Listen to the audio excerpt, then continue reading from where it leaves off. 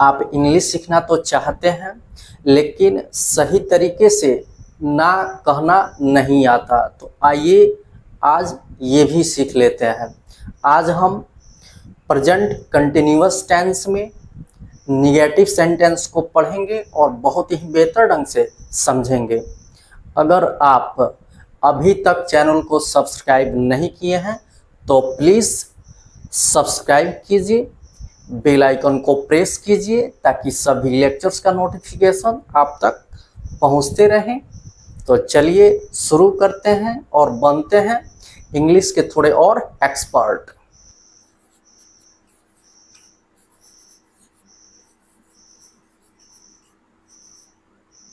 Negative sentence.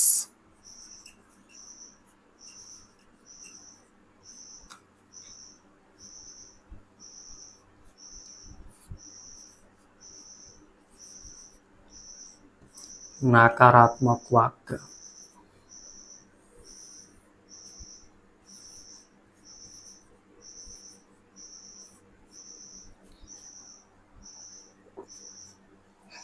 तो सबसे पहले हम समझ लें कि इसे नेगेटिव सेंटेंस क्यों बोलते हैं।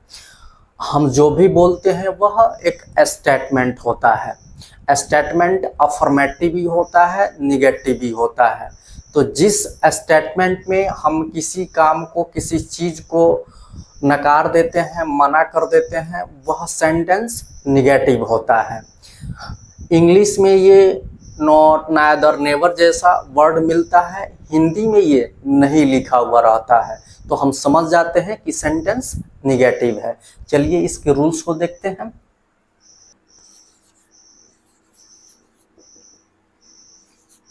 Subject plus is, am are plus, not plus, V4 plus object. यही इसका स्ट्रक्चर है। Subject plus is, am are plus, not plus, V4 plus object. इसमें इज, एम आर जो है, हम लास्ट लेक्चर्स में जब प्रेजेंट टेंस में इज, एम आर का प्रयोग मेन वर्ब के रूप में पढ़ रहे थे, वहाँ पे हम इज, एम आर का प्रयोग पढ़ चुके हैं कि इनका प्रयोग किस सब्जेक्ट के साथ होता है। हम उस लेक्चर का लिंक डिस्क्रिप्शन में दे देंगे, आप वहाँ से जाकर के देख लीजिएगा, बिल्कुल क्लियर हो जाएगा। तो चलिए इस सब हम एग्जाम्पल से समझते हैं। मैं अगले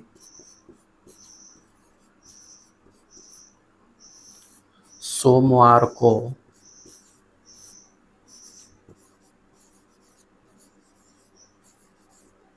पिकनिक पर नहीं जा रहा हूँ।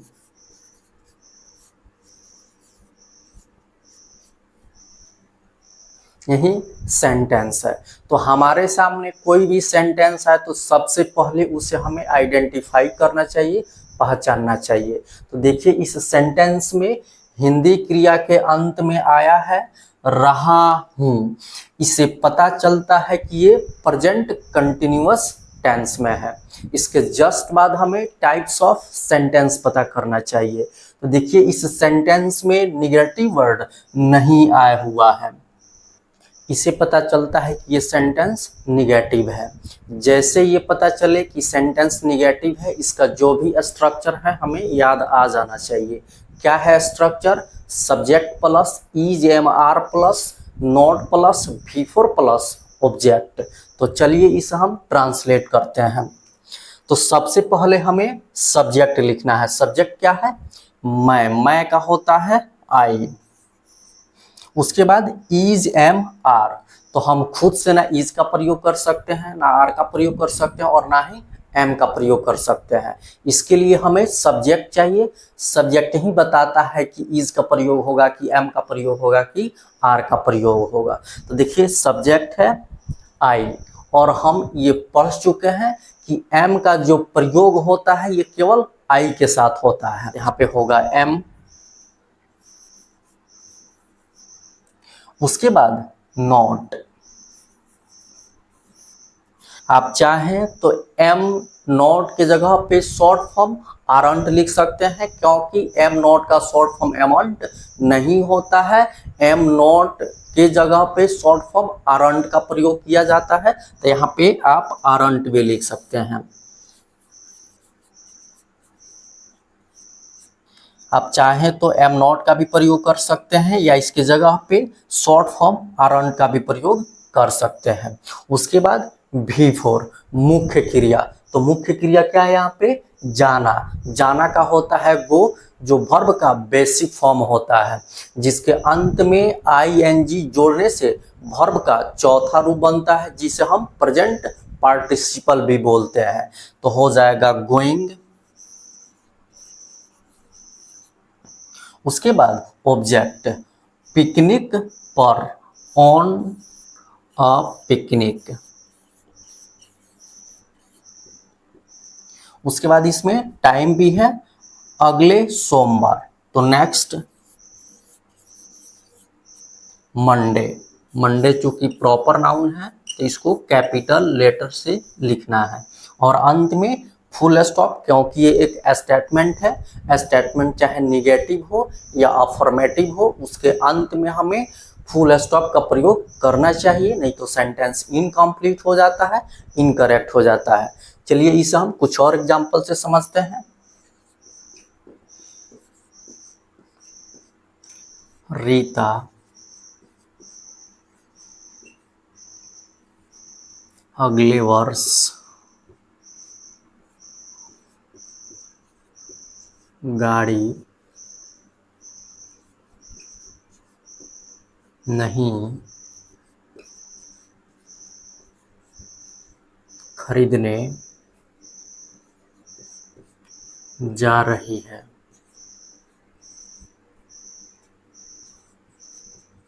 यही सेंटेंस है। तो देखिए इस सेंटेंस में हिंदी क्रिया के अंत में आया है रही है। इसे पता चलता है कि ये सेंटेंस प्रेजेंट कंटिन्यूअस टेंस में है। इसके जस्ट बाद हमें टाइप्स ऑफ सेंटेंस पता करना चाहिए।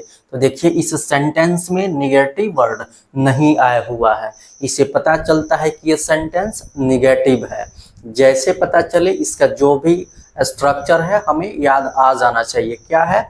Subject plus is am are plus not plus V4 plus object. तो चलिए इसे हम ट्रांसलेट करते हैं।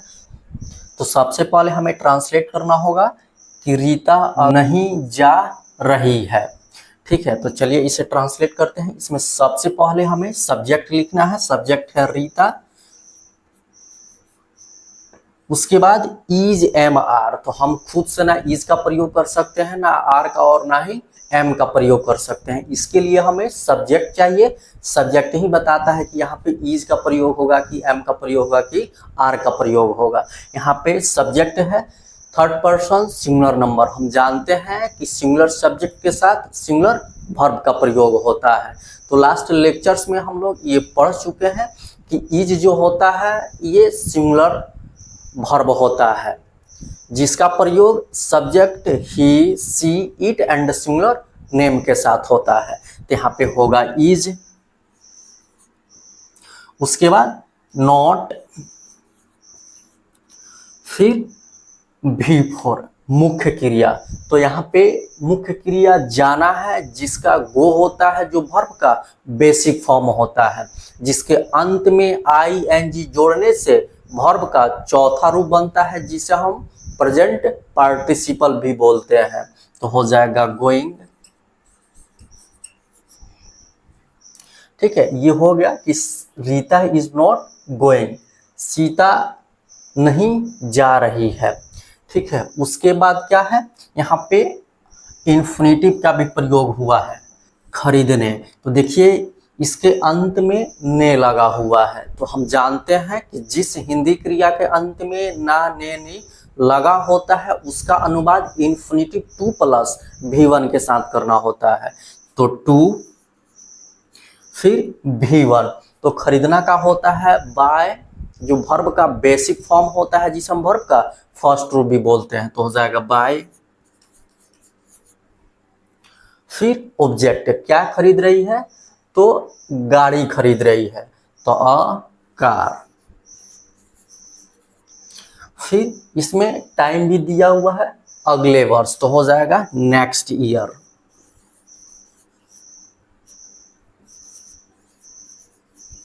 और अंत में फुल स्टॉप, क्योंकि ये एक स्टेटमेंट है, स्टेटमेंट चाहे निगेटिव हो या अफर्मेटिव हो, उसके अंत में हमें फुल स्टॉप का प्रयोग करना चाहिए, नहीं तो सेंटेंस इनकम्प्लीट हो जाता है, इनकरेक्ट हो जाता है। चलिए इसे हम एक और एग्जांपल से समझते हैं। मेरा दोस्त कल दिल्ली नहीं जा रहा है। यही सेंटेंस है। तो देखिए इस सेंटेंस में हिंदी क्रिया के अंत में आया है रहा है। इसी से पता चलता है कि ये सेंटेंस प्रेजेंट कंटिन्यूअस टेंस में है। इसके जस्ट बाद हमें टाइप्स ऑफ सेंटेंस पता करना चाहिए। तो देखिए इस सेंटेंस में निगेटिव वर्ड नहीं आया हुआ है, तो इससे पता चलता है कि ये सेंटेंस निगेटिव है। जैसे ये पता चले, इसका जो भी रूल्स होता है हमें याद आ जाना चाहिए। क्या है rule? Subject plus is am are plus not plus V4 plus object. तो चलिए इसे हम ट्रांसलेट करते हैं। तो यहाँ पे सबसे पहले हमें लिखना है सब्जेक्ट। सब्जेक्ट यहाँ पे क्या है? मेरा दोस्त। तो मेरा दोस्त का हो जाएगा माई फ्रेंड। उसके बाद इज एम आर, तो हम खुद से ना इज का प्रयोग कर सकते हैं, ना एम का और ना ही आर का। इसके लिए हमें सब्जेक्ट चाहिए। सब्जेक्ट ही बताता है कि इज का प्रयोग होगा कि एम का प्रयोग होगा कि आर का प्रयोग होगा। यहाँ पे सब्जेक्ट है माई फ्रेंड। ठीक है, यहाँ पे फ्रेंड सिंगुलर काउंटेबल नाउन है। इसे पता चलता है कि ये सब्जेक्ट सिंगुलर है, और हम जानते हैं कि सिंगुलर सब्जेक्ट के साथ सिंगुलर वर्ब का प्रयोग होता है। और हम ये भी जानते हैं कि जो इज होता है ये सिंगुलर वर्ब होता है, जिसका प्रयोग subject he, she, it and singular number के साथ होता है। तो यहाँ पे हो जाएगा इज। उसके बाद नॉट। अब चाहें तो यहाँ पे इज नॉट का शॉर्ट फॉर्म इजंट लिख सकते हैं। फिर V4 मुख्य क्रिया। तो मुख्य क्रिया क्या है यहाँ पे? जाना। जाना का गो होता है, जो वर्ब का बेसिक फॉर्म है, जिसके अंत में ing जोड़ने से वर्ब का चौथा रूप बनता है, जिसे हम प्रेजेंट पार्टिसिपल भी बोलते हैं। तो हो जाएगा गोइंग।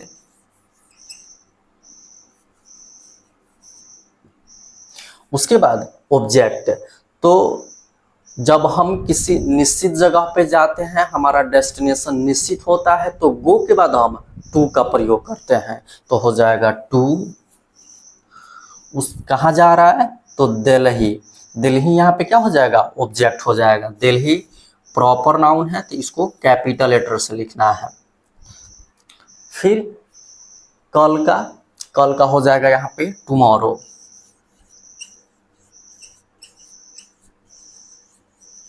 और अंत में फुल स्टॉप, क्योंकि ये एक स्टेटमेंट है। स्टेटमेंट चाहे निगेटिव हो या अफर्मेटिव हो, उसके अंत में हमें फुल स्टॉप का प्रयोग करना चाहिए, नहीं तो सेंटेंस इनकम्प्लीट हो जाता है, इनकरेक्ट हो जाता है। तो आज यहीं तक रहने देते हैं, फिर हम नेक्स्ट लेक्चर में yes no type interrogative sentence को पढ़ेंगे और ऐसे ही एग्जाम्पल से समझेंगे।